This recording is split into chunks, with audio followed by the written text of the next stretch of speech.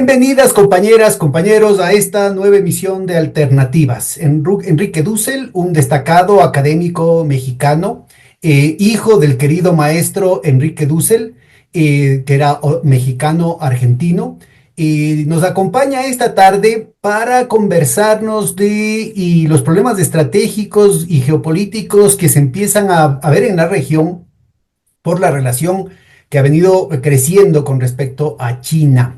Él es un especialista en el tema, es coordinador del grupo China-México y además es director de la Red Latinoamericana de Estudios sobre estos temas. Así es que bienvenido, Enrique, muchas gracias por aceptar la invitación.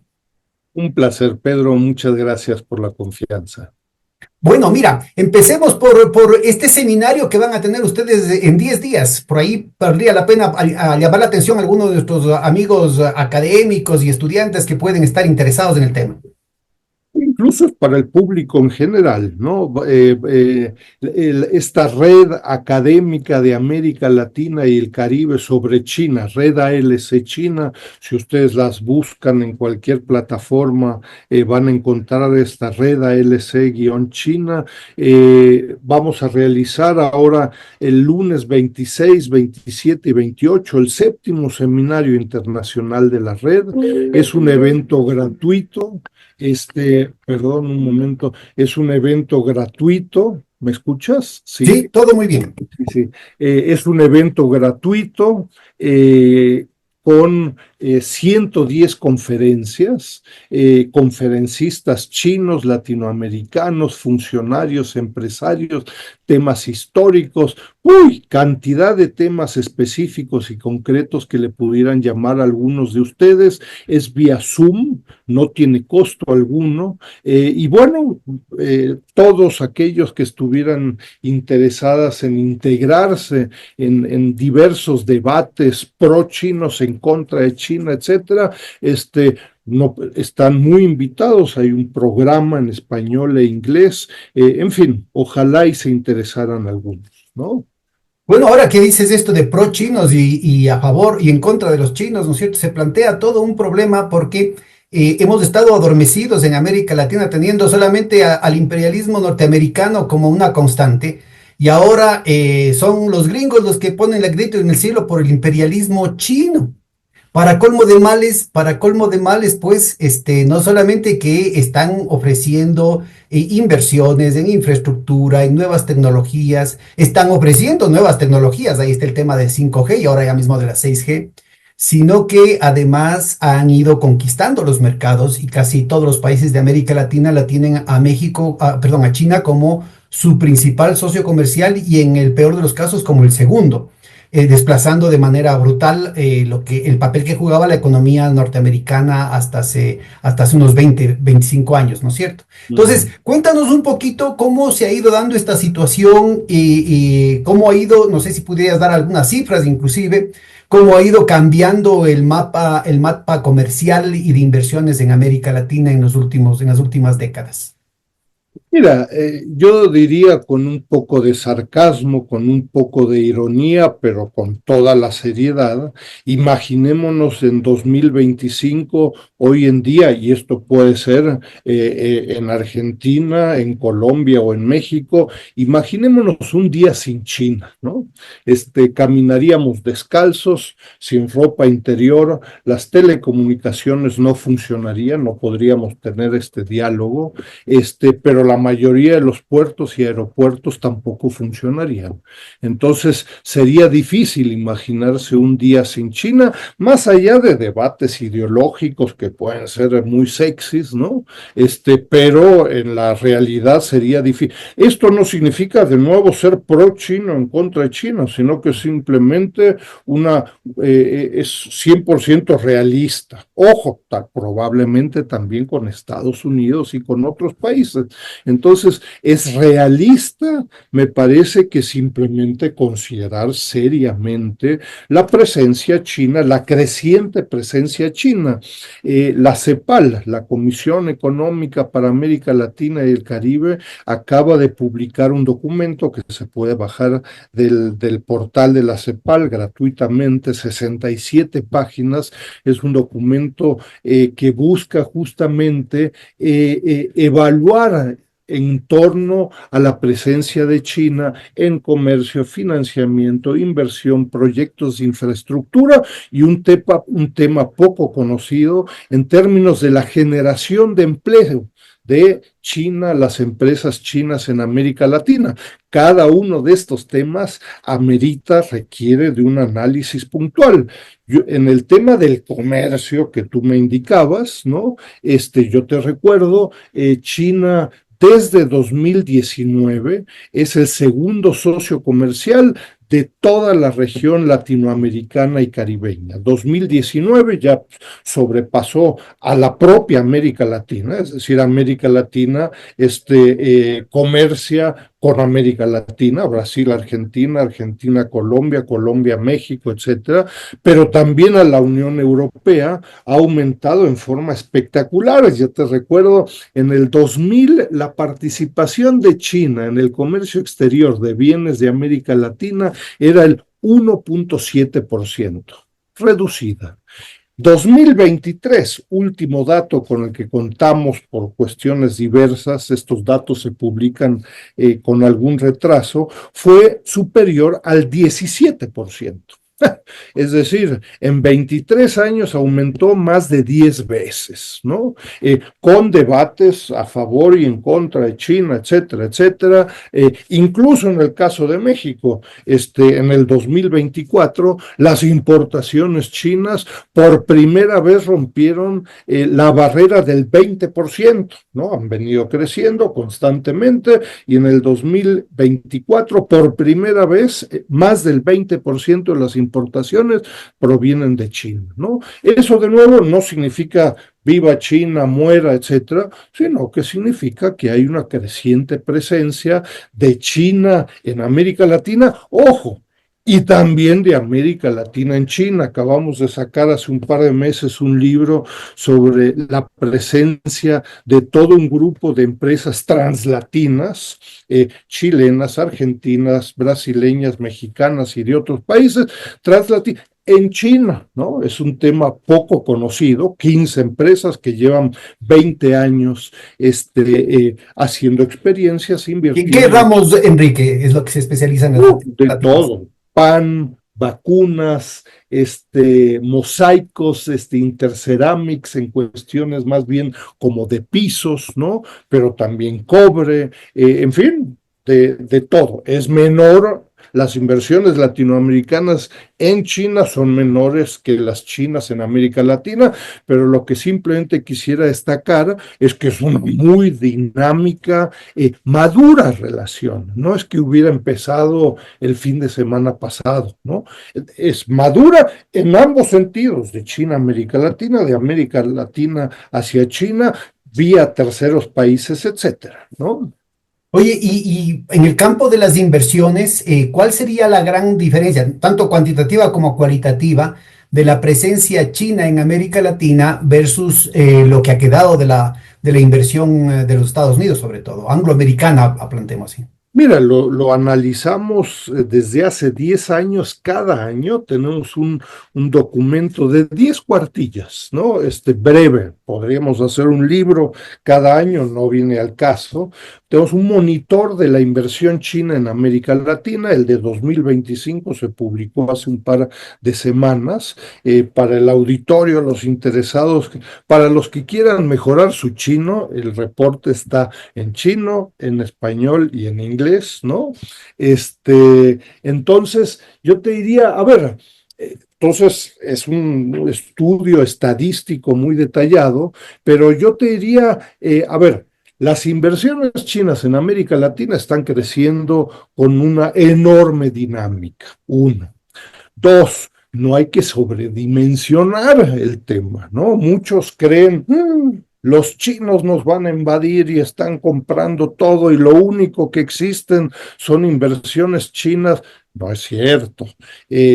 Con las estadísticas que nosotros estamos elaborando, hasta el 2024, la inversión china representa alrededor del 8 o 9% de la inversión extranjera directa que recibe América Latina. Diferencias entre Argentina, Colombia, Panamá, Centroamérica, México por año, por periodo.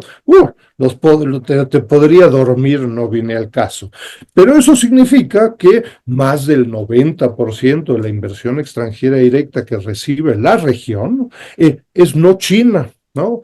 Sigue siendo estadounidense, de la Unión Europea, España es importante, otros países asiáticos, ¿no? Porque de nuevo, en estos debates altamente ideologizados y muy extremos, pues para algunos casos pareciera ser que lo único que existe es China. Por favor, no, no es el caso, y con características muy especiales, Pedro, ¿no? Es decir, por países en el sur de América Latina, China sigue siendo altamente especializada en la compra de materias primas, ¿no?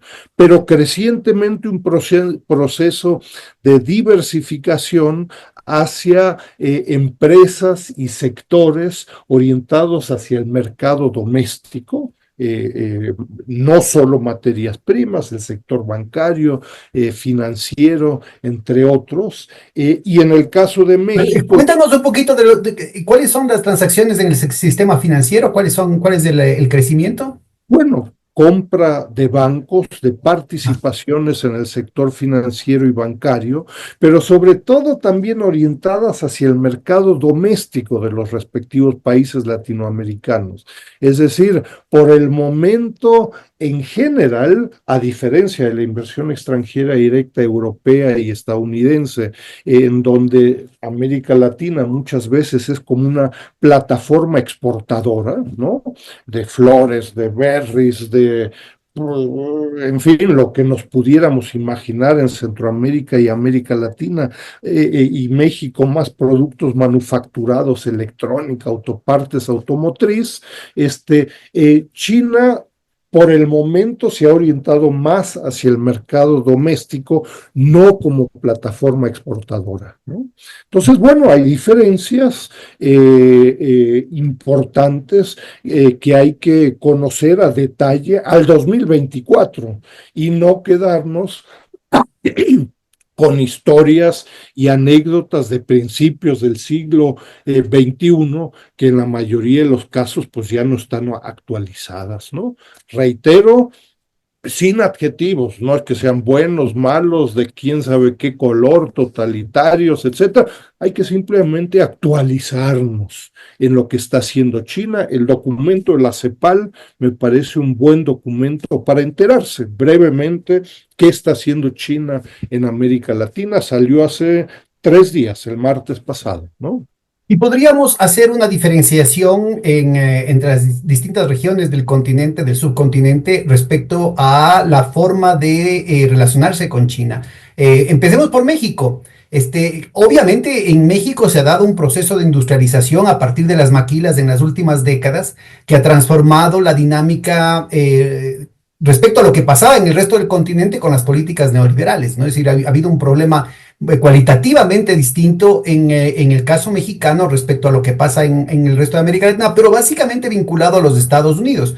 Últimamente Trump ha estado despotricando respecto a que China también estaba aprovechando el mercado mexicano, pero para convertir esa maquila en una plataforma de exportación hacia los Estados Unidos.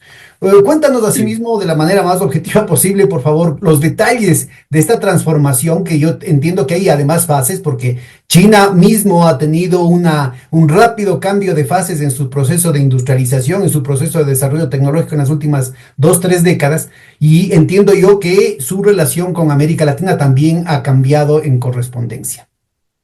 Mira, el argumento de la administración Trump, pero que ya viene desde el año pasado con la administración Biden, es de que México se ha convertido en la puerta trasera de las importaciones chinas para entrar a Estados Unidos, ¿no? México se ha especializado, lo hemos analizado con mucho detalle. México no cuenta con las materias primas con las que cuenta Perú, Brasil, Argentina, incluso Colombia, Chile. No contamos con la cantidad de litio, de soya, extensiones territoriales, etcétera. Y México, al igual que buena parte de Centroamérica, nos hemos especializado bajo este concepto de importaciones temporales para su exportación, ¿no? Es decir, tienes un auto que dice Made in Mexico, ¿no? Pero en realidad tienes 10,000, 15,000 componentes que vienen importados de todos lados. Vienen del Vaticano, de Suiza, de Estados Unidos, Bueno, del Vaticano debe llegarles la bendición, hermano, ¿qué más? bueno, hay de todo, ¿no? Entonces, miles de partes importadas, ¿no? Sobre todo de Estados Unidos, pero sorprendentemente la participación de Estados Unidos ha ido a la baja en forma dramática en el siglo XXI. ¿Qué ha sucedido? Bueno, empresas estadounidenses han invertido en China, las empresas chinas han logrado un proceso de escalamiento significativo y cada vez más componentes de monitores, de impresoras, de routers, de autos, de autopartes provienen de China, ¿no? Entonces ha habido un proceso de sustitución de importaciones históricamente muy fuerte de Estados Unidos y de la Unión Europea. En el siglo XXI la participación china ha venido creciendo.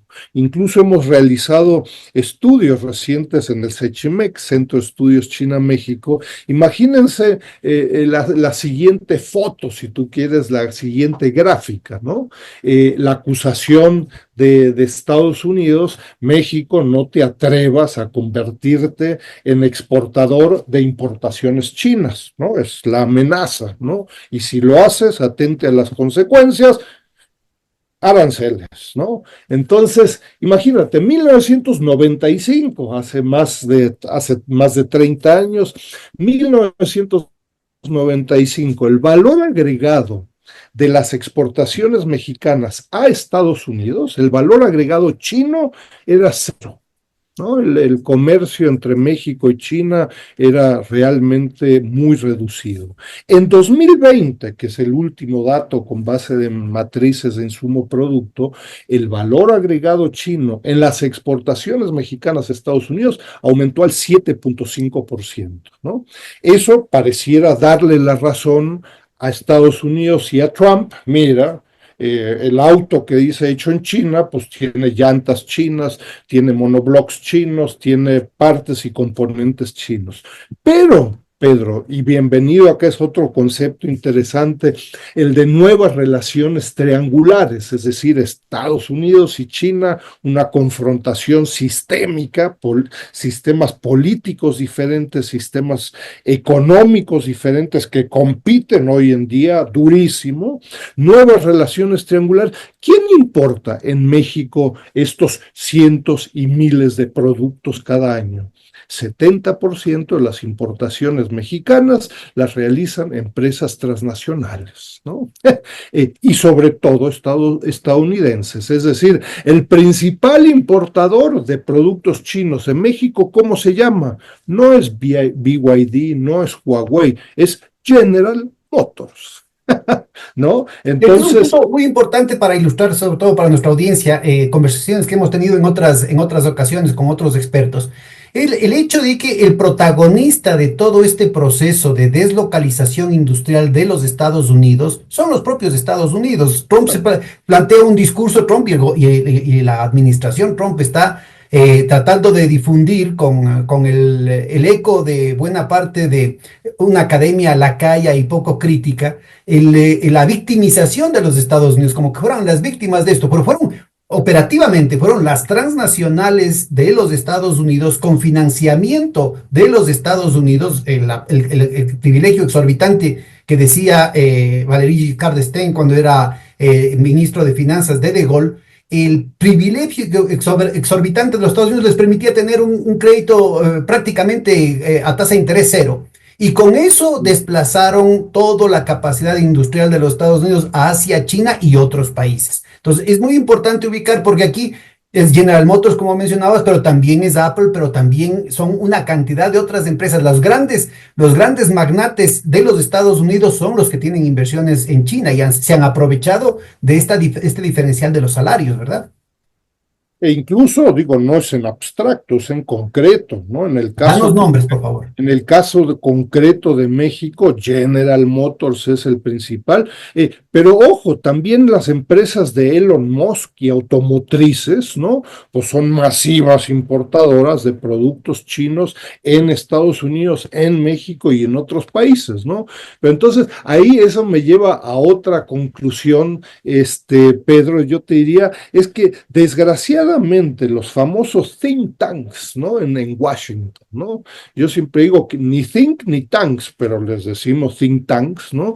Pues no han hecho su labor en Washington y el auditorio en Washington, el propio gobierno, el legislativo, etcétera, pues está muy mal informado, ¿no? De pronto en 2024, ¡ay! Y México, no se te ocurra recibir inversiones, no se te ocurra tener institutos Confucio y no se te ocurra.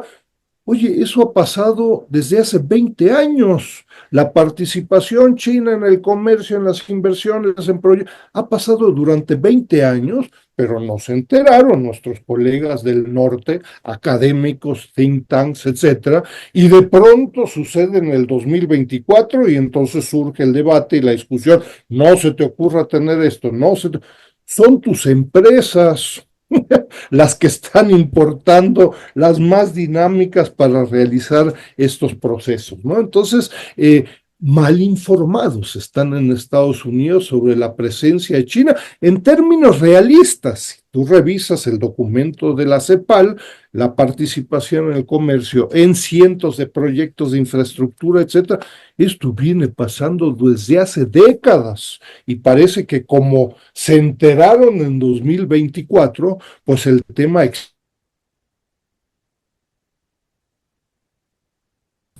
ya. Sí, adelante. Eh, Entonces, estamos viviendo esta nueva relación triangular entre las dos principales economías del mundo, esta competencia sistémica con implicaciones a todos los niveles. Yo invitaría a considerar no solo la guerra comercial, que es lo que está más de moda, sino que el cierre de institutos Confucio. Hace 10 años había más de 100 institutos Confucio, no existe uno, ¿no? La ¿En América reducción. Latina o en México? No, no, en Estados Unidos. Ah, en Estamos Estados Unidos. Ah, hablando pucha. ¿no? En la confrontación entre las dos principales economías del mundo, en donde se están dando durísimo a todos los niveles, cultura, turismo, la reducción del turismo chino en Estados Unidos, estadounidense en China ha sido dramático, vuelos, etcétera, etcétera. Nos concentramos siempre mucho en el tema del comercio, relaciones triangulares, para el caso de México, Colombia, América Latina como región, etcétera, ¿no? Entonces, en conclusión, yo te diría, la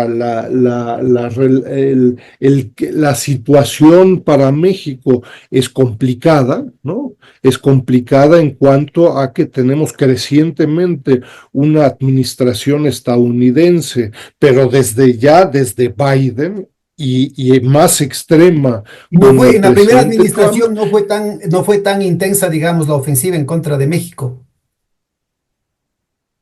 Bueno, la primera presidencia de Trump buscó replantear la relación económica entre Estados Unidos y México a través de la renegociación del TLCAN, ¿no? Y que fue lo único que firmó en términos comerciales el presidente Trump, que fue el TMEC, el Tratado México, Estados Unidos y Canadá, ¿no? Del cual sorprendentemente se ha olvidado el presidente Trump en esta segunda presidencia.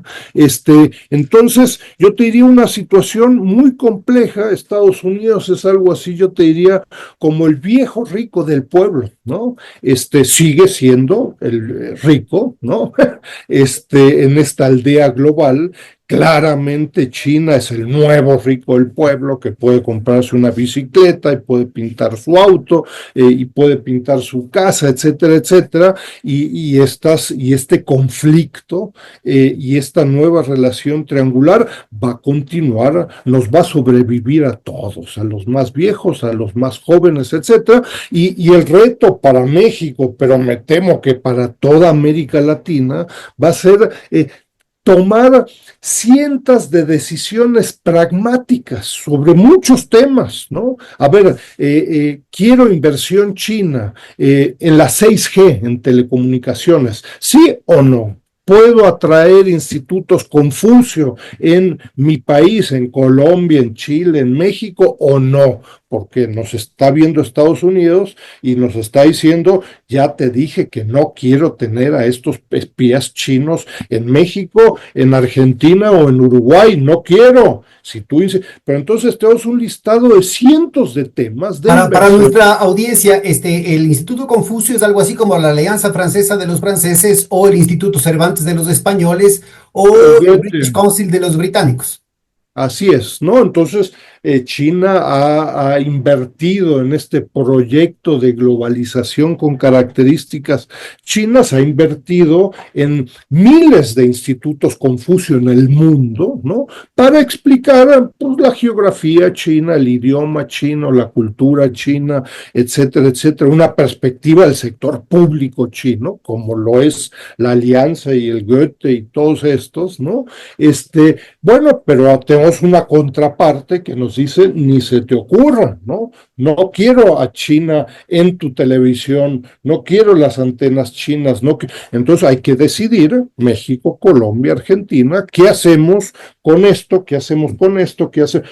Cientos de temas. ¿Te parece, Enrique? Volvemos a este temita después de hacer el mapa con el resto de América Latina, pero quisiera detenernos un segundito en cuál ha sido el efecto de la transformación del el lugar, digamos, en la geopolítica mundial, en la geoestrategia mundial de México. ¿Cuál ha sido el efecto en la estructura productiva y en la composición social? Es decir, el desarrollo de sectores asalariados, ¿no es cierto? La presencia cada vez más masiva de sectores asalariados dentro de la población económicamente activa y dentro de ello también asalariados con mayor calificación, ¿no? ¿Cómo entiendes tú este proceso? Primero con Estados Unidos y luego con China. Y luego en esta triangulación con China, digamos. Mira, a ver, el primer decreto de la maquila en México surgió en 1965, estamos hablando de más de 60 años. Y desde entonces en México hemos tenido docenas de programas específicos, actualmente se llaman IMEX, pero yo te diría con la misma racionalidad, de nuevo, importar docenas de partes y componentes, social y fiscalmente muy relevante, no pagan impuestos, ¿no? Es decir, la MIPYME en México, en la esquina, si es legal, etcétera, paga impuestos. La IBM, la Volkswagen o la General Motors, que importa masivamente para exportar, legalmente no paga impuestos, ¿no? No es irrelevante, ¿no? Entonces, por eso, por ahí tienes una economía rica, empresas ricas y un Estado pobre, porque legalmente así está definido, no paga impuestos. Entonces, tienes un sector muy poderoso en México, liderado por grandes empresas transnacionales, establecidas en México, sobre todo de Estados Unidos, que se han especializado en esta exportadora. Importo de todo el mundo, ¿no? depende de dónde se hagan más baratos. En los últimos 20 o 30 años, la presencia china ha crecido por parte de estas empresas transnacionales establecidas en México, ¿no? Y exporto 84% del comercio mexicano, perdón, de las exportaciones mexicanas el año pasado, 84% fue a Estados Unidos, ¿no? Entonces, tenemos ahí una estructura y una De ese dependencia. porcentaje, un altísimo 80, peso para la manufactura, ¿no? Es decir, cada vez es menos primario y extractivista y más a diferencia del resto del continente. En México la parte extractivista ha caído, las materias primas ha caído, tenemos una parte todavía de exportación de petróleo, ¿no? De cobre un poco, de algo, pero no Pero es. litio también tienen, ¿verdad? Sí, pero todo eso es muy, muy, muy inferior en términos de precios, de productividad, de calidad, muy inferior a lo que tiene América del Sur. El fuerte de México es el sector manufacturero, importar para volver a exportar. Ojo, con bajo valor agregado, ¿no? Con bajo nivel de investigación y desarrollo, porque estamos importando de Taiwán partes y componentes, no son hechas en México, no están vinculadas con universidades, centros de investigación o incluso proveedores mexicanos, vienen de todo el mundo, ¿no? Entonces, ese es un poco el dilema, si tú quieres, de la estrategia de desarrollo. Y para Pero ha habido un aumento en en la contratación de mano de obra calificada o no? Sí, sí, por obvias razones, porque en la mayoría de los casos las propias cadenas globales de valor se van haciendo más sofisticadas, ¿no? Es decir, si tú tenías un bocho, como decimos en México, ¿no? Un Volkswagen, este Beetle viejo de los, pues tiene una tecnología mucho menos sofisticada que un auto eléctrico, ¿no? Entonces, para eso requieres de fuerza de trabajo más sofisticada, de mayor calidad, también con mayores empleos, pero en la mayoría de los casos no es necesariamente por la oferta en México, sino que por la demanda de la cadena global de valor. ¿Sabes qué? Pues ya no estamos haciendo autos fósil con energía fósil, sino que eléctrica, y entonces eso requiere de una mayor sofisticación, ingenieros más capacitados, etcétera, etcétera. ¿No? No sé si me explico, Sí, sí, ¿no? está muy claro. Yo quería un poco chequear si es que, bueno, tú criticabas el hecho de que Trump, siguiendo una muy firme tradición estadounidense, desconoció el tratado que acababa de replantearse en la primera administración. Pero aparte del TEMEC, aparte del libre comercio, o sea, aparte del tema de aranceles que vamos a discutir después un momentito, Sí. ¿cuáles son las ventajas en términos del costo salarial? ¿Podrías comparar, por ejemplo, la alternativa que tendrían los chinos de hacer la manufactura o la maquila en Vietnam o en Camboya, en Malasia, en lugar de hacerlo en México? ¿Cuál es la gran ventaja que tendría México en esto? A ver, diferencia. A ver, ¿por qué es atractivo México para la inversión extranjera directa? Que puede ser estadounidense o china o europea o japonesa o coreana, ¿no? Yo te diría, uno, por supuesto, la fuerza de trabajo mexicana hoy en día es por lo menos entre 10 y 15 veces, tiene un costo inferior a la estadounidense. 10 o 15 veces, incluyendo no solo el salario como tal, sino que la seguridad social y una cantidad de otros pagos, ¿no?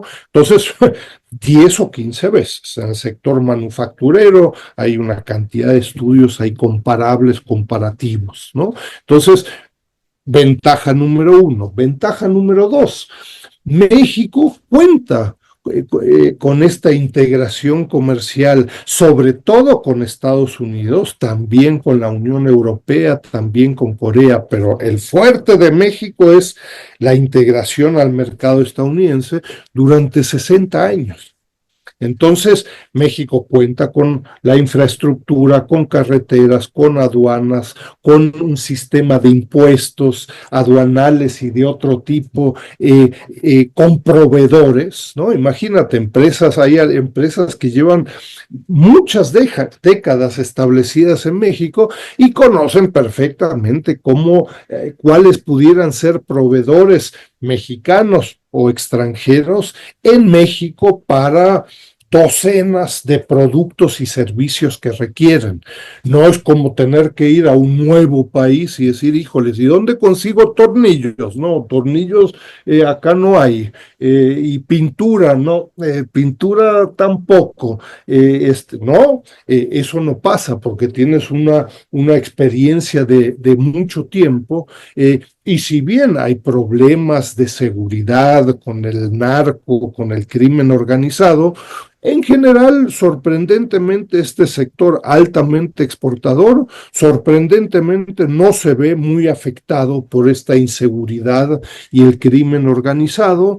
Eh, y de nuevo, considerando las enormes ventajas vía fuerza de trabajo barata, esta organización industrial crecientemente sofisticada, con fuerza de trabajo, con proveeduría, con servicios, en su vínculo con el sector público, etcétera. Eso funciona, ¿no? No tienes que inventártelo, ¿no? Si te vas a un país donde tú dices, bueno, ¿cuál es el país más barato donde la fuerza de trabajo es la más barata? Pues hay muchos que en América Latina la fuerza de trabajo es todavía más barata que México, pero no cuentas con la infraestructura, con la proveeduría, con la fuerza de trabajo, etcétera, aunque sea más barata, ¿no? Claro. Ahora, en estas ventajas competirían los chinos con los europeos o, como decías, los japoneses y los coreanos. ¿Qué otras triangulaciones hay de otros proveedores de los Estados Unidos desde la plataforma México País? Mira, si tú ves la estructura de importaciones de México, en fin, el principal la principal fuente de las importaciones mexicanas es Estados Unidos, ¿no?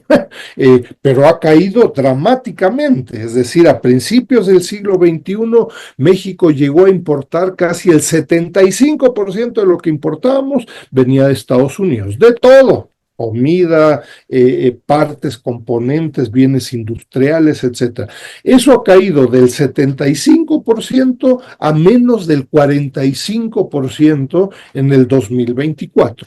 ¿Quién ha sustituido importaciones de Estados Unidos? Asia y sobre todo China, ¿no? Yo te indicaba hace un momento, rompimos en el 2024 la barrera del 20% de las importaciones chinas. Ojo, Japón, Corea, Tailandia, India son países que han logrado lentamente integrarse a las importaciones mexicanas, pero de nuevo, el número uno es Estados Unidos con tendencia a la baja, el número dos es China con una tendencia a la alza muy significativa. Entonces, México importa autopartes, arneses, partes para tractores de Argentina, de Brasil, de cualquier país que te pudieras imaginar.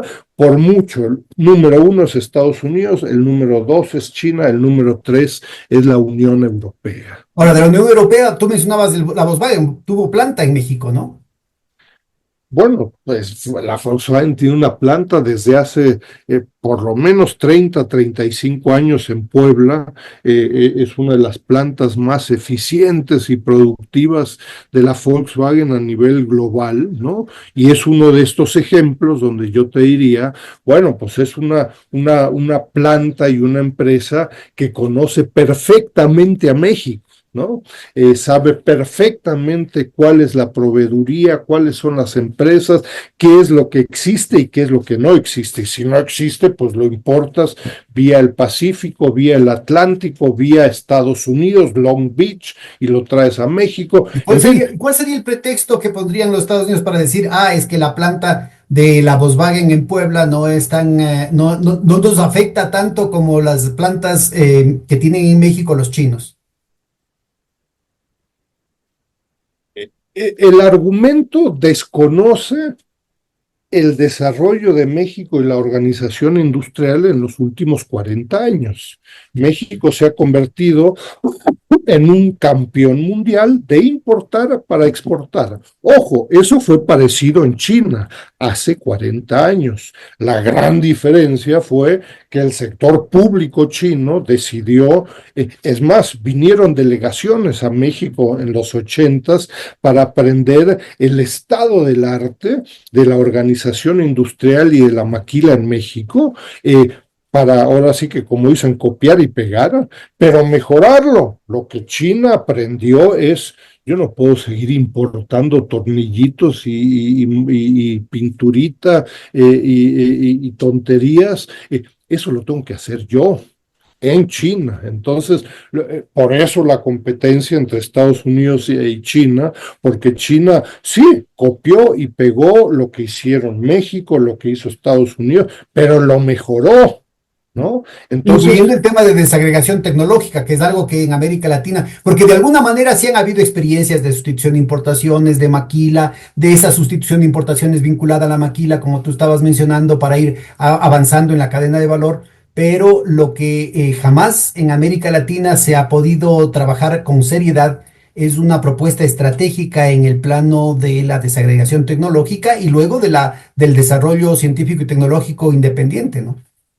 mira, con Jorge Katz, un querido amigo argentino, chileno, trabajó mucho tiempo en la CEPAL, publicamos un documento ya hace como 20 años sobre el nuevo modelo de desarrollo latinoamericano y planteábamos ahí que Brasil y México parecieran ser dos modelos extremos diferentes, ¿no? Uno más especializado en materias primas, ¿no? Qué sé yo, de petróleo a gas, soya, minerales, carne, etcétera, y el mexicano aparentemente más manufacturero, industrializado, etcétera, pero los dos caen en el mismo dilema de bajo valor agregado, ¿no? En México y en Brasil. La diferencia con China es, hay un muy valioso documento reciente de la ASPI, ASPI, ¿no? Que es la Australian Strategic Policy Institute. Llevan más de 25 años de hacer un análisis muy interesante de lo que ellas consideran como tecnologías core technologies, tecnologías básicas en 64 cadenas globales de valor. Y los resultados son súper interesantes. A principios del siglo XXI, 60 de 64 de estas principales tecnologías eran lideradas por Estados Unidos, 60 de 64. En el último estudio del 2024, 57 de 64 tecnologías En son China. lideradas por empresas chinas. Eso es lo que te refiere. O sea, América Latina y China ya estamos en diferentes niveles, ¿no? Es Barcelona con Messi versus un equipo de tercera liga. Si nos meten 10 goles, pues nos fue bien, ¿no? Bueno, ahora que mencionaste Brasil, sigamos con ese paralelo que hacías. ¿Por qué no tomas como punto de referencia el estudio que has hecho con Jorge Katz? Para ubicar, ¿no es cierto?, cuál ha sido, porque ha habido una trayectoria diferente. México, de alguna manera, con bajo valor agregado, pero de alguna manera ha ido escalando en el plano manufacturero. Brasil, que tuvo un poderío, un potencial manufacturero muy grande, más bien ha ido reprimarizando sus exportaciones, Sí. su economía. Cuéntanos un poquito de ese paralelo y su Pero relación yo con China. diría desde una perspectiva de la teoría del desarrollo, debates académicos crecientemente o en la actualidad, en realidad no importa en qué productos, en qué sectores, en qué cadenas globales de valor te especializas. Hay una visión, yo te diría insuficientemente elaborada y que tiene que ver con una visión muy primitiva de Raúl Prebisch, en donde desarrollo es igual a industrialización. Entonces te tienes que industrializar para desarrollarte. Y entonces de pronto tienes un país como Costa Rica, ¿no? Con 5 millones de habitantes, que dice, oye, ¿yo cómo me voy a industrializar? Pues que voy a poner una industria acerera acá para competir con los chinos. está de locos.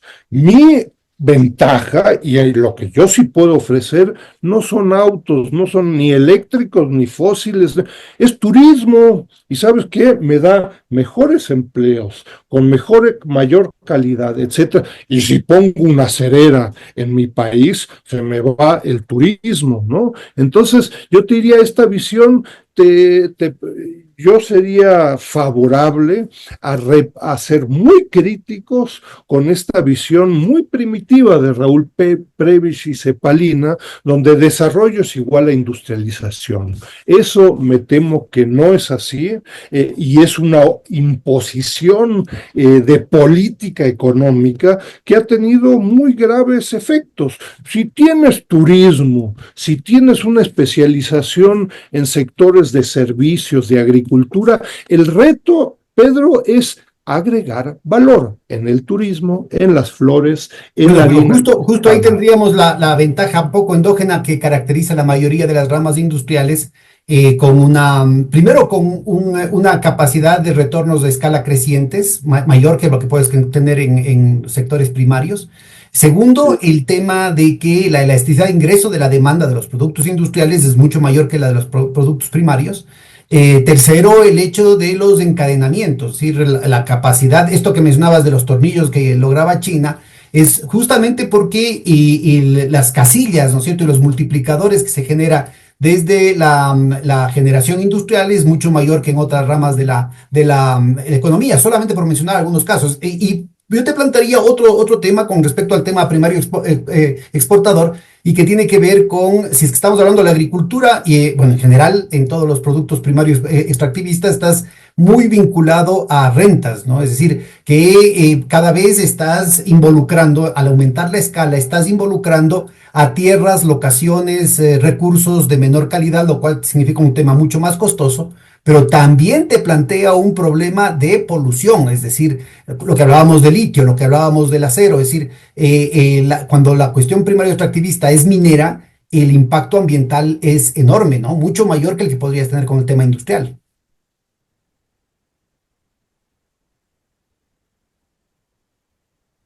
Pues yo lo pondría en duda. Yo respeto lo que tú planteas, Pedro, pero yo lo pondría en duda. Cantidad de estudios empíricos en servicios, en agricultura, etcétera, te reflejan que por supuesto que puedes incrementar el valor agregado, investigación y desarrollo en el sector servicios, en el sector agrícola, puedes hacerlo.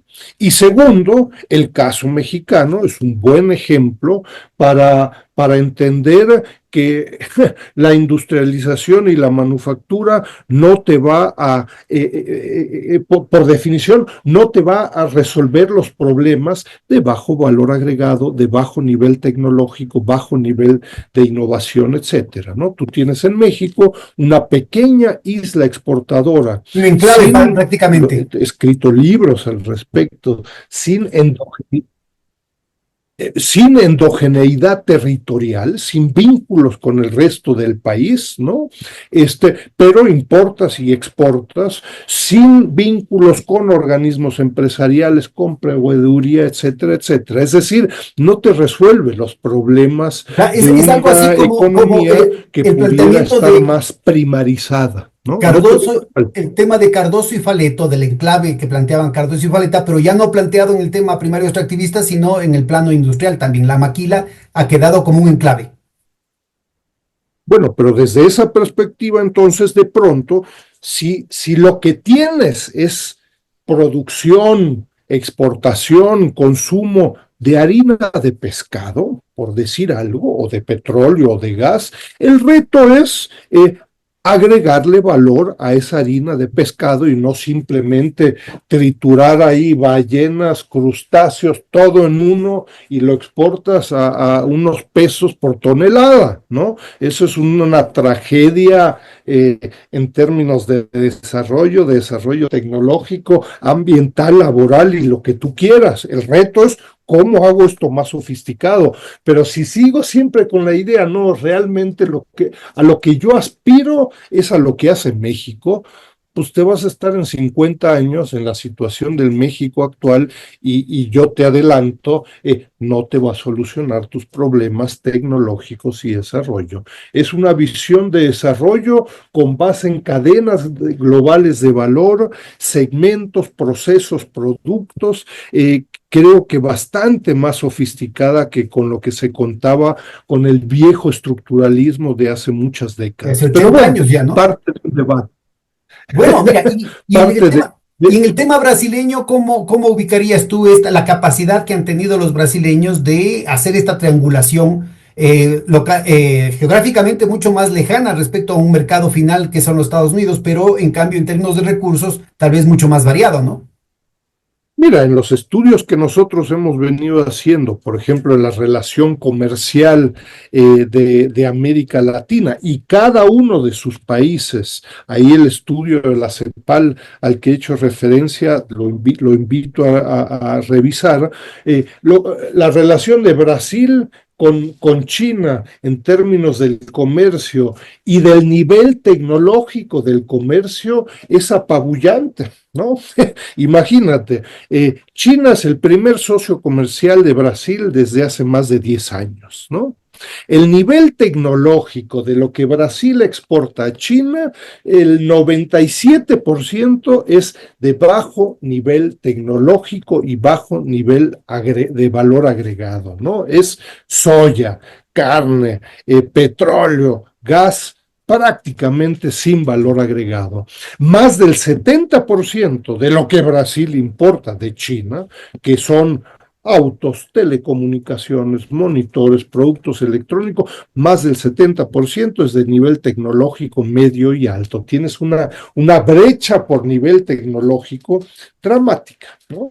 Y que es parte, por cierto, de la discusión entre América Latina y China, y en este foro CELAC China, etcétera, esta brecha tecnológica en el comercio no puede continuar, no requieres de un doctorado en alta economía, etcétera, etcétera, para decir, oye, eso no puede continuar porque el valor agregado está generando desastres ambientales, poco, insuficiente empleo, con poca calificación, etcétera.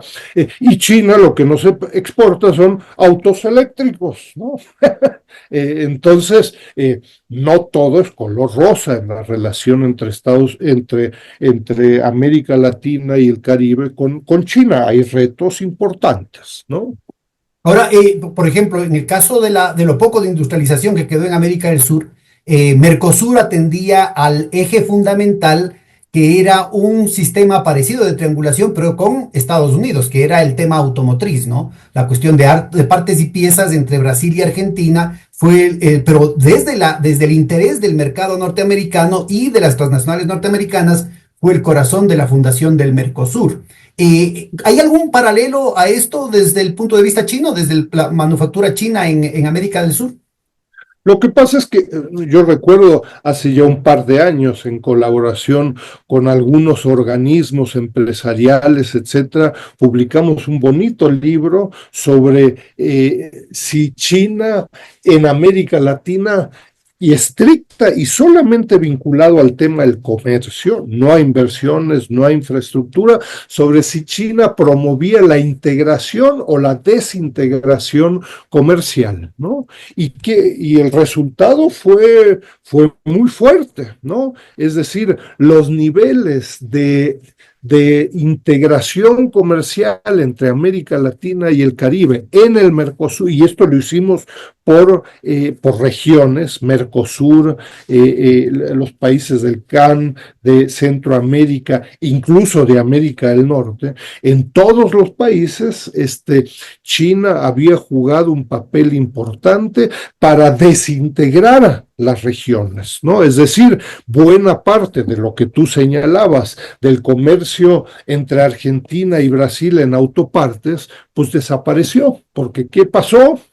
Pues se integró China y empezó a exportar directamente de China a Brasil y a Argentina y por cierto también a Guatemala, El Salvador, a México, Estados Unidos, y los coeficientes de integración regional en estos grupos de integración en América Latina, los coeficientes de integración comercial cayeron sustantivamente en el siglo XXI, ¿no? Ahora, lo mismo decías que habías visto para el caso de la comunidad andina. Así es, sí. Les puedo pasar la liga del estudio. Lo hicimos 2016, 2017. Habría que actualizarlo, pero pongo la mano en el fuego que eso no solo se ha solucionado, sino que se ha profundizado, ¿no? Es decir, China se ha convertido en una fábrica manufacturera de una cantidad de productos que Guatemala exportaba a Costa Rica y Costa Rica a El Salvador y El Salvador a México, etcétera, y Argentina a Brasil y en la CAN, ¿no? China tiene ahí enormes fortalezas y ha tenido fuertes implicaciones en el proceso de integración en todas las subregiones latinoamericanas, ¿no? Y a pesar de eso, China, como que estábamos conversando desde el principio, es el principal o el primero o el segundo socio comercial en exportaciones e importaciones de todo el resto de países de América Latina que hemos mencionado, ¿verdad? Es Bueno, casi todo vinculado al tema de recursos naturales, materias primas. Bueno, lo que pasa es que América Latina es un gran exportador de materias primas, ¿no? Soya, carne, minería, harina de pescado, petróleo, gas, etcétera, de América Latina a China, y China se ha convertido en un proveedor muy importante industrial de partes y componentes. Pues China no tiene petróleo que exportar. Es bien interesante. A inicios de los ochentas, el principal producto de exportación de China era petróleo, ¿no? Exportación. Exportación, principios de los ochentas. Bienvenidos, 45 años, reflejo de todo este proceso de escalamiento industrial, etcétera, pues se ha convertido en un monstruo importador de petróleo, a través de un proceso de escalamiento, ¿no? Tecnológico, industrial, etcétera. Pero hace solo 45 años el principal producto de exportación era petróleo de China. Ahora, esta fuente de recursos básicos de parte de América Latina plantea una tensión geopolítica muy importante con respecto a los requerimientos de Estados Unidos versus los flujos comerciales que ha ido construyendo, increciendo China. Pero los Estados Unidos no tienen industria. Entonces, ¿cómo entenderías tú esta tensión? ¿En qué productos está? ¿En qué países está? ¿Y cuál es la verdadera dinámica que podría esperarse que pueda recuperarse con MAGA, con hacer a Estados Unidos grande de nuevo? Mira, esta famosa maga, ¿no? Es por definición, y sin entrar en un debate académico, es por definición conservadora, ¿no? Busca regresar al futuro, ¿no? Cosa imposible, que buscan regresar a los 50 y 60, donde Estados Unidos competía con una Unión Soviética en términos militares, pero no económicos. Buscan regresar a los 50, pues sí, pero el pequeño detalle es que en los 50 y 60 no existía la economía y el creciente liderazgo en innovación de las empresas de la República Popular China. Por cierto, bajo la omnipresencia del sector público chino, ¿no? En un reciente libro le dedico todo un capítulo a entender qué es este sector público en China, que es de propiedad del gobierno central, ciudades, municipios, y provincias, es propiedad pública, pero con dos características que en América Latina no entendemos. Tiene, por un lado, una característica de una violenta y brutal competencia dentro del sector público. Y por otro lado, coordinada bajo el Partido Comunista de China, ¿no? Ese sector público en China, imagínate, Pedro, tiene la propiedad del 45% del Producto Interno Bruto en China. Si no entendemos este sector público en China, no entendemos a la China actual. Oye, Yo hablo ahí oye, de... Enrique, ¿y dónde estuvo David Harvey cuando salieron esos datos? Pues no sé, dejémoslo. En fin, pero a lo que voy es un tema, y no para copiar y pegar, pero yo te diría para desempolvar hasta buena parte de la izquierda latinoamericana, donde pues nos hemos vuelto tan cautos y tan cuidadosos, por no decir miedosos, partidos de izquierda, en donde el tema de la propiedad y el tema de la propiedad pública en México, pues después de 40 años de neoliberalismo, pues nos han sacado hasta el sueño. ¿Cómo Y se no llama la... solamente la propiedad, ¿no, Enrique? Porque hay también la rectoría, es decir, por ejemplo, la escuela francesa del dirigismo en la planificación no necesariamente pasaba por la propiedad, aunque también había en Europa occidental, hubo una presencia del sector público que pondría los pelos de punta a todos estos supuestos libertarios, ¿no es cierto?, que vienen con esa influencia. Pero en el caso de China es la propiedad. Claro. ¿Cómo se llama el principal productor de autos chino? Se llama BAIC, pero nadie se fija qué significa estas siglas de BAIC. Significa Beijing Automotive Industrial Corporation, propiedad única del municipio y la ciudad de Beijing. Produce más autos que todo México juntos, ¿no? ¿Cómo se llama el segundo? SAIC, Shanghai Automotive Industrial Corporation. Y así nos seguimos.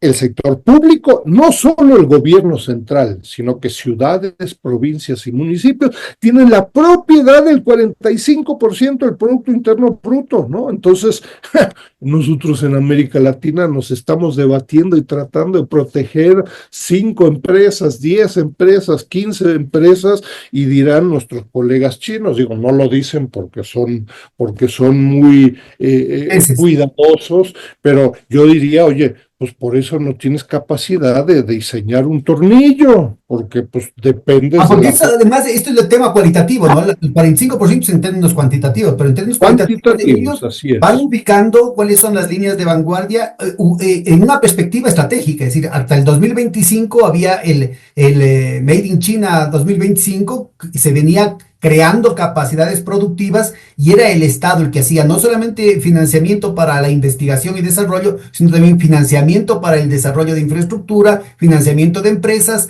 y generación de todas las capacidades, incluyendo la construcción de ciudades para que puedan hacer viable la instalación de empresas privadas, ¿verdad?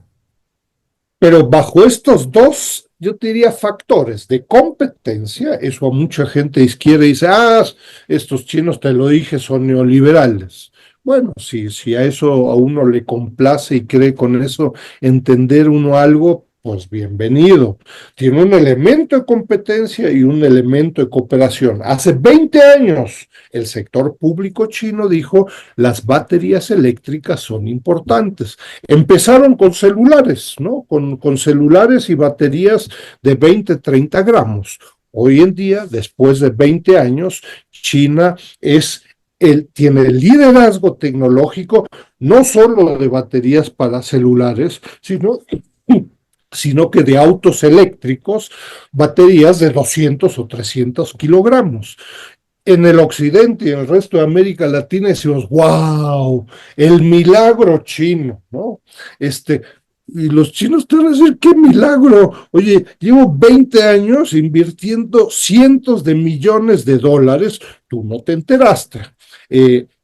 20 años y esto rinde frutos. Milagro, pues, discutámoslo con el Papa, esto no es un milagro, esto es un esfuerzo con una inversión de largo plazo, sobre todo en el sector público. Ojo, no vamos a tener acá 500 empresas haciendo baterías eléctricas, 5. Oye, pero yo quiero, a ver qué parte no entendiste, no vamos a hacer un proceso de destrucción de capital y las 5 se van a sacar los ojos. Eso es lo que está sucediendo hoy en día, sistemas políticos y económicos diferentes que compiten Estados Unidos y China.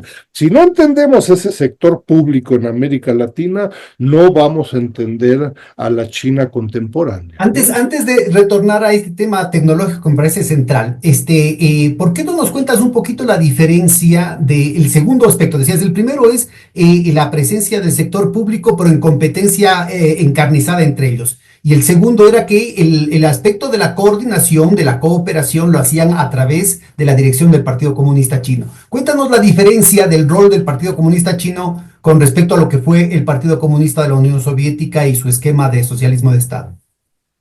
Mira, ahí yo los invito a revisar ahí los cuadernos de trabajo del Sechimex. Hay muy buenos análisis de qué es el Partido Comunista de China desde una perspectiva histórica, ideológica, etcétera, etcétera, ¿no?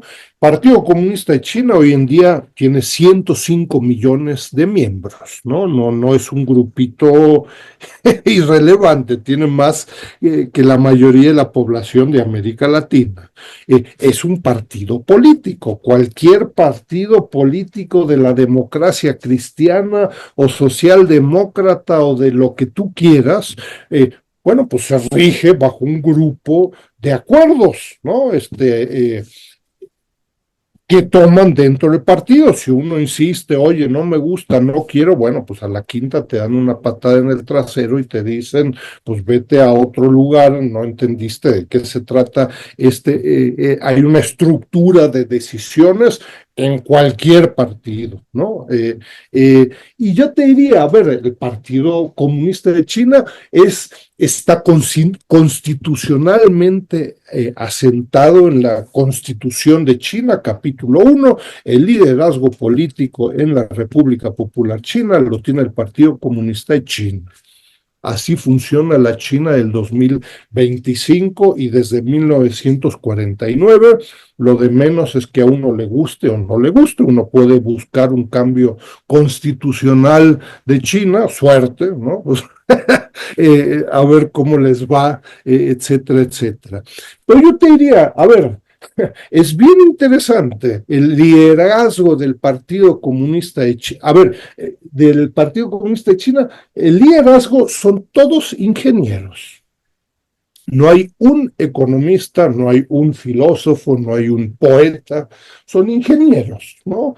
Que saben perfectamente si quieres construir una línea férrea de Shanghái a Pekín, 1,100 kilómetros, pues ¿cómo se construye? Pues te va a decir el ingeniero, pues no entiendo la pregunta, pues agarras una regla y es la línea recta, ¿no? Oye, pero acá hay un pueblo y acá hay mariposas y acá tenemos cosas. A ver, los ingenieros no toman rehenes, ¿no? Pues si hay acá un bosque, pues lo pasamos para otro lado, ¿no? Y si hay una ciudad, pues esos 2 o 3 millones de personas, pues la pasas para otro lado. La línea va a ser recta. Ironizo, ¿no? Pero no es un debate, yo les diría, en el Partido Comunista de China profundamente ideológico, aunque es importante conocer planteamientos, por ejemplo, énfasis que ha venido haciendo en los últimos 10 años el presidente Xi Jinping, pero es una perspectiva de ingenieros muy pragmáticos, ¿no? Muy pragmáticos, el Partido Comunista de China, y en donde el fundamento es la meritocracia. Y una meritocracia dentro del partido que a muchos les pudiera parecer muy tecnocrática y que tiene que ver con el sector público del que hablaba hace un momento. ¿Cuál es el principal criterio para que el alcalde de la ciudad de Shanghái versus el de Pekín y otras docenas de ciudades avancen en el partido? El principal elemento, y desde Deng Xiaoping, con la muerte de Mao, es los méritos socioeconómicos que se lograron territorialmente. En Shanghái, si fue no importa ahí si lograste revolucionar el pensamiento marxista, maoísta, etcétera, sino en cuanto aumentó el Producto Interno Bruto. Y si aumentó en 10 años o en 5 meses 15% y en el de Beijing se cayó en 15%, pues va a ser obvio cuál de los dos políticos, por sus méritos, van a incrementar, subir en los escalones, ¿no? Meritocracia, ¿no? Entonces ahí el sector público, el tema de la propiedad, partido político, juegan un papel muy significativo, méritos en términos económicos, socioeconómicos, generación de empleo, empresas que logran destacar nacionalmente, internacionalmente, etcétera. Es una idiosincrasia partidaria y de toma de decisiones muy particular. Es muy fácil decir, no, no son demócratas y son todos una bola de autoritarios y ya con eso entendimos y explicamos. No estoy diciendo vamos a copiar y pegar lo que ha hecho China, pero yo sí invito a que se tome mucho más en serio cómo funciona políticamente, económicamente la República Popular China, y no pensar que es una Unión Soviética de hace 70 años, ¿no? Ahora, mira, con la metáfora que haces del diseño de la línea férrea, ¿no? Lo mismo han hecho en cada una de esas 57 ramas de vanguardia del informe de ASPI. Y yo creo que es importantísimo ubicarnos de esto porque estamos en el mundo entero, en un proceso, en una nueva revolución científica y tecnológica que no ha parado en realidad en las últimas décadas y que estaría redefiniendo, porque son innovaciones disruptivas, estarían redefiniendo por la competencia toda la estructura industrial agrícola, agropecuaria, informática y también financiera del mundo entero, inclusive con las rabietas del señor Trump y la desconexión que pretende hacer respecto a la dinámica comercial china. Cuéntanos un poquito cuáles son las más importantes y sobre todo cuáles son los peligros más graves, ¿no es cierto?, de someterse a la política exterior de supuesto bloqueo, aislamiento de China que pretenden los Estados Unidos para recuperar su hegemonía. Mira, lo que pasa es que esta política de bloqueo, la exigencia de relación única con Estados Unidos y por ende no con China, pues viene 20 o 30 años muy tarde, ¿no? Estados Unidos pareciera que reacciona ante la creciente presencia de China en su patio trasero, ¿no? América Latina y el Caribe, ¿no? ¿Cómo es posible que China esté en mi patio? Pero pues eso ha pasado en los últimos 25 años. ¿No te enteraste que 20% de las importaciones mexicanas vienen de China y son facilitadas y los principales promotores son tus empresas estadounidenses? ¿No te enteraste?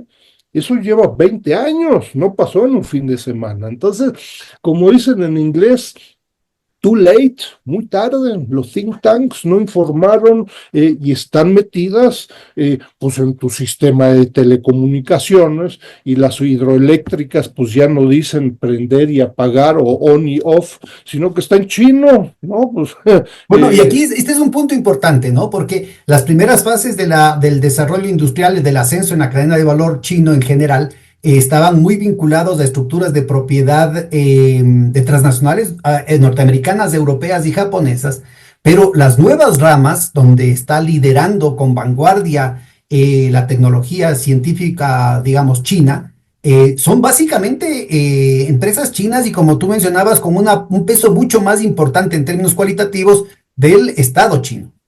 sí, yo insistiría en el concepto del sector público chino, porque sobre el debate, sobre el Estado, hay larguísimas discusiones. Acá yo te diría es una definición mucho más pragmática del sector público, ¿no? Y cuando uno analiza, tenemos un monitor de la inversión china, les decía, cada año desde 2017, es un monitor de la infraestructura china. Los resultados en términos de la propiedad de la inversión y de las empresas que realizan la infraestructura en América Latina, pues uno se encuentra, Pedro, con que el 80% de las empresas chinas que realizan inversión en América Latina son públicas. 80%. Más del 96% de las empresas chinas que realizan infraestructura en América Latina, 96 son públicas. ¿no? Entonces, el concepto del sector público en China para entender su relación con América Latina, pues es fundamental. Si no entiende, o sea, lo más privado que existe en China en términos de propiedad y en América Latina, en China es Huawei. Y a Huawei no la dejan entrar a Estados Unidos Y por ahora sus quieren ponernos vínculos. un veto, ¿no? Para que bloqueemos también en los países de América Latina la compra de tecnología china a través de productos finales. Pero too late, muy tarde, oye, pues lo que me ofrece AT&T, pues es la 4G, 4.5G. China ya está discutiendo la 6G y además mucho más cara. Entonces, pues, oye, no quieres comprar autos eléctricos chinos, pues, ¿y entonces qué voy a comprar? Bicicletas, porque las empresas occidentales y Estados Unidos, pues, no están al nivel tecnológico, ni al nivel de precios. Entonces voy a tener que comprar un Tesla que me sale $40,000 y GML, BYD, todos estos me ofrecen un auto a Bueno, un y no tercio. solamente Huawei es el más, tal vez es el más conocido, pero en lo inmediato el tema de DeepSeek, ¿no? El tema y de Grok, ¿no? La cuestión de la Bueno, inteligencia pero artificial. volviendo ahí a tu pregunta original hace un momento, pues tendremos que acostumbrarnos a conocer cientos de empresas chinas, de Alibaba a BYD, a SAIC, a BAIC, cientos de empresas que son hoy en día las líderes tecnológicas, y tendremos que sacarnos de nuestro vocabulario wow, qué bárbaros estos chinos, qué wow, y DeepSeek, wow, y Huawei, wow. Pues lo que nos pasa es que van a ser cientos de empresas, ¿no? Que van a estar apareciendo crecientemente. Y claro, si dices, no quiero que Huawei entre en tu país, pues y entonces, ¿con qué antenas voy a transmitir? Y me voy a quedar con la 4G, en vez de la 6G. Vuelvo al tema, cientos de temas que los países latinoamericanos y los gobiernos van a tener que tomar en forma pragmática. Oye, ¿se va a enojar Estados Unidos? Pues que se enoje, pero no puedo estar usando acá una 4.5G que está completamente desactualizada y que no quiere a los institutos Confucio.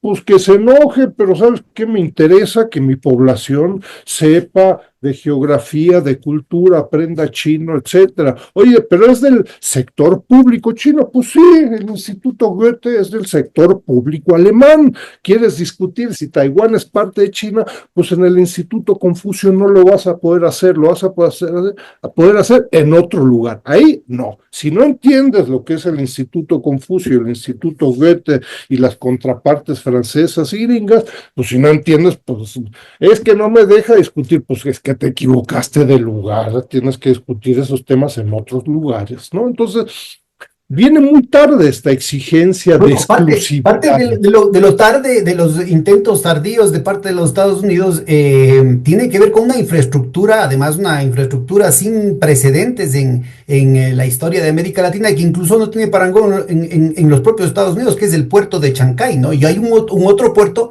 que la presidenta Claudia Sheinbaum acaba de abrir o de iniciar las inversiones en la costa pacífica, en México. Cuéntanos un poquito esto, es decir, hay un intento soterrado de Estados Unidos a través de fuerzas vicarias por boicotear esta infraestructura que se ha generado. ¿Cómo entiendes tú esa situación? ¿Cuáles serían las principales tensiones en América Latina? ¿Y qué es hasta dónde puede avanzar los Estados Unidos, digamos, en su berrinche, ¿no?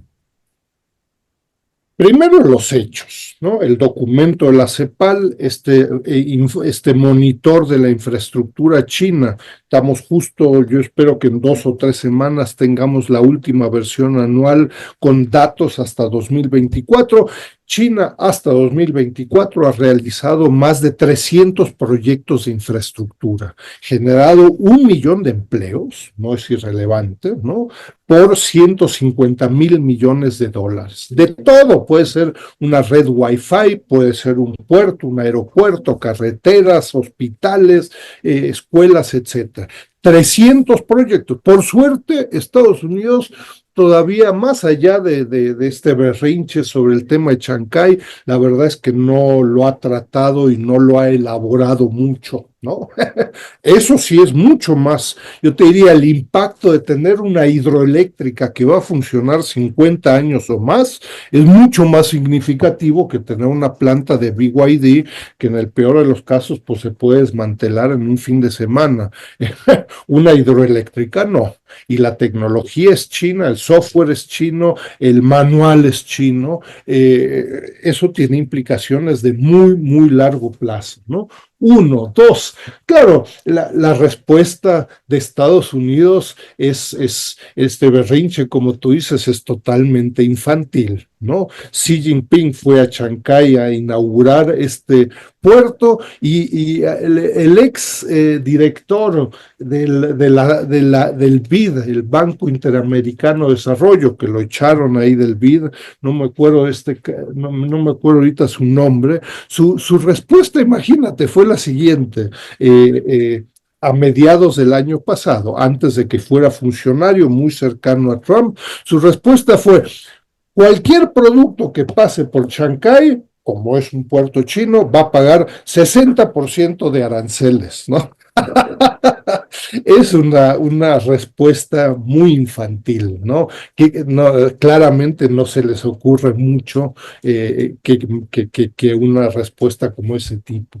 De nuevo, es bien interesante la demanda latinoamericana de infraestructura, y no es casualidad que uno de los esfuerzos en el foro CELAC China son proyectos de infraestructura. La demanda de proyectos de infraestructura en América Latina es enorme, ¿no? Según la CEPAL, América Latina debería estar gastando entre el 5 y 6% del Producto Interno Bruto en proyectos de infraestructura, que es también agua, hospitales, educación, puertos, aeropuertos. 5 y 6% del Producto Interno Bruto, y está gastando entre el 1 y el 2, ¿no? Ahí hay una brecha.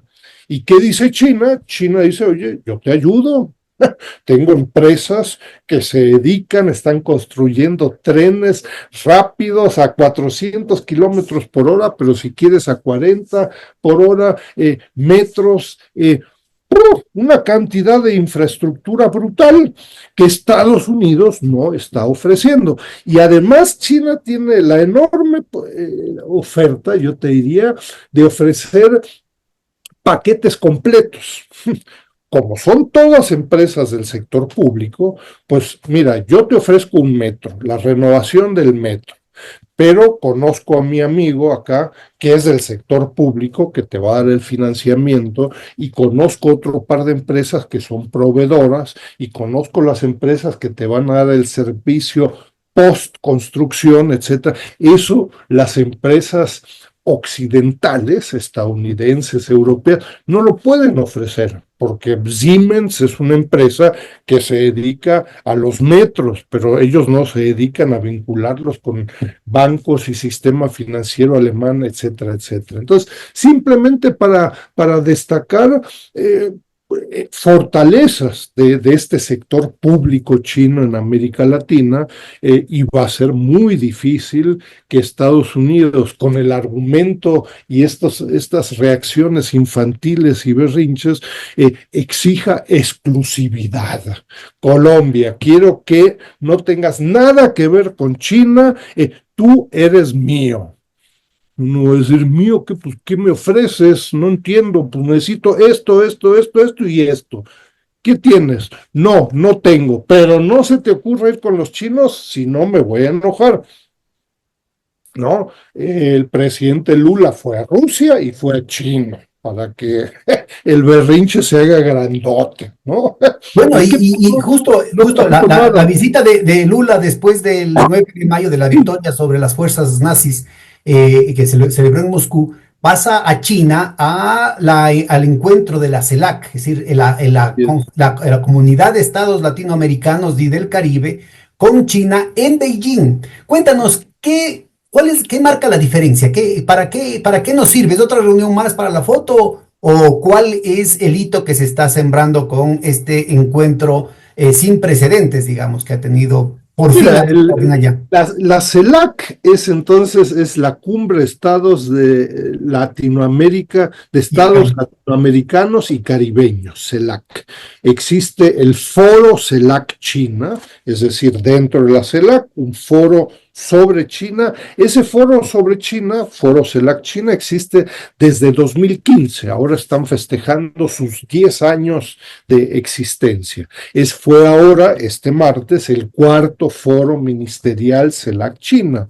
Eh, yo te diría, a ver, dos o tres temas. Uno, China claramente busca demostrar que las cosas pueden ser diferentes. En los últimos meses, desde el 20 de enero, el debate internacional ha sido con amenazas, chantajes y el que no se porta bien, arancel, ¿no? A México. Si no disminuyes la migración, arancel. Si no me das el agua que me debes, arancel. Si no le bajas al fentanilo, arancel, ¿no? Es una discusión de chantajistas, ¿no? Si uno ve la declaratoria de este foro CELAC China, se habla de que los países son iguales. ¿No es iguales? Híjoles, ya se me olvidó, pues, ¿cómo que iguales? Pues iguales. El respeto a los países y a las decisiones de los países. ¿Qué respeto? Desde el 20 de enero de este año no ha habido respeto de nada, ¿no? Te doy, te impongo, te prohíbo, etcétera. No al unilateralismo, leas Estados Unidos, sino que se busca la relación de América Latina y el Caribe con China con base en el multilateralismo y con base en las decisiones de cada país. Si tú quieres una hidroeléctrica con capital chino, pues lo haces porque tú lo decidiste, y si quieres hacer un torneo de ping pong con atletas chinos, pues es lo que haces, está bien, ¿no? No te voy a imponer yo China, no, no, tú vas a poner una hidroeléctrica, vas a decir, oye, acá es puro desierto, ni agua tenemos, no, no, no. Entonces es una discusión, conceptos diferentes. China levanta la mano y dice, yo acá mi trato con los países latinoamericanos es diferente. Segundo, va el presidente Xi Jinping y 3 presidentes latinoamericanos que decidieron esta reunión. Para mí es estratégica, ¿no? Debieron haber ido solo cancilleres, ministros de Relaciones Exteriores. Bueno, los presidentes de Chile, de Colombia y de Brasil, además del chino, dijeron, no, yo elevo el nivel, ¿no? Es simbólico, es relevante, etcétera. Además de más de 20 cancilleres de América Latina. Y yo te diría, por último, todavía se va a dar a conocer en estos días el plan de acción conjunto. Es decir, es un documento para 2025, 2027, 2028, con docenas, si no es que cientos de iniciativas sobre temas específicos. China te puede apoyar en la erradicación de la pobreza, en proyectos de infraestructura, en transferencia tecnológica, docenas de temas, ¿no? México, ¿qué quieres? ¿Qué te interesa? ¿Sabes qué? La presión acá del norte está muy fuerte. Vamos a organizar un torneo de ping pong internacional con puras estrellas, pero sabes que no, mientras menos escuche el vecino del norte de Estados Unidos, mejor. Ojo, puede ser que Brasil diga, ¿sabes qué? Yo quiero una central nuclear, quiero hidroeléctricas, quiero hacer esto, etcétera, ¿no? Entonces, bueno, es un evento, yo te diría, muy relevante en el contexto de estas nuevas relaciones triangulares y de la confrontación entre Estados Unidos y China. El evento se llevó a cabo además en Pekín, ¿no? Entonces, para ensalzar más la confrontación, diría uno, ¿no? Interesante, Enrique. Yo te agradezco muchísimo. Ha sido una conversación muy entretenida, a pesar de la cantidad de cifras. No sé si alguno diga que es conversación de economistas, pero sin duda ha sido un recorrido muy esclarecedor, a pesar de lo apretado del tiempo. Yo te comprometería para algún otro momento continuar, sobre todo quisiera ver si algún momento discutimos el futuro tecnológico de América Latina a la luz de los avances, porque China es una locomotora que está dando sorpresas en todos los campos, no solamente en esas 57 ramas, ¿no? Por ejemplo, el tema del torio y la energía, que no está mencionado por el informe de los australianos. Yo creo que sería importantísimo ubicar, porque no solamente implica una transformación del mercado interno de América Latina, sino también del lugar que ocupa América Latina en el mercado mundial. Te agradezco muchísimo y no sé si quisieras unas últimas palabras para cerrar la sesión. Integrarse a lo que existe, los debates, el conocimiento que existe en América Latina sobre China. Yo los invito mucho ahí a revisar, es gratuito, 100% el Sechimex y la red ALC China. Y yo les diría, no caer en extremos, ¿no? No demonizar a China, pero tampoco pensar que todo con China y en China es color rosa. Tampoco. Hay problemas, hay debates, se han cometido errores y horrores, y estamos aprendiendo, América Latina y China, ¿no? Entonces, es un proceso muy dinámico, pero lo que no podemos hacer definitivamente es cerrar los ojos y, como por ahí decía un expresidente mexicano, ni los veo ni los oigo, ¿no? Sobre la oposición política mexicana, decía, ¿no? Entonces, eso no podemos hacer. Tenemos que encarar la relación con China desde una perspectiva de corto, mediano y largo plazo, y hay avances muy valiosos, ¿no? Gracias, Pedro, por la invitación. Un gran abrazo y te comprometo para la próxima. Que pases muy bien, Enrique. Cuídate. Buenas tardes. Hasta Buenas luego. tardes.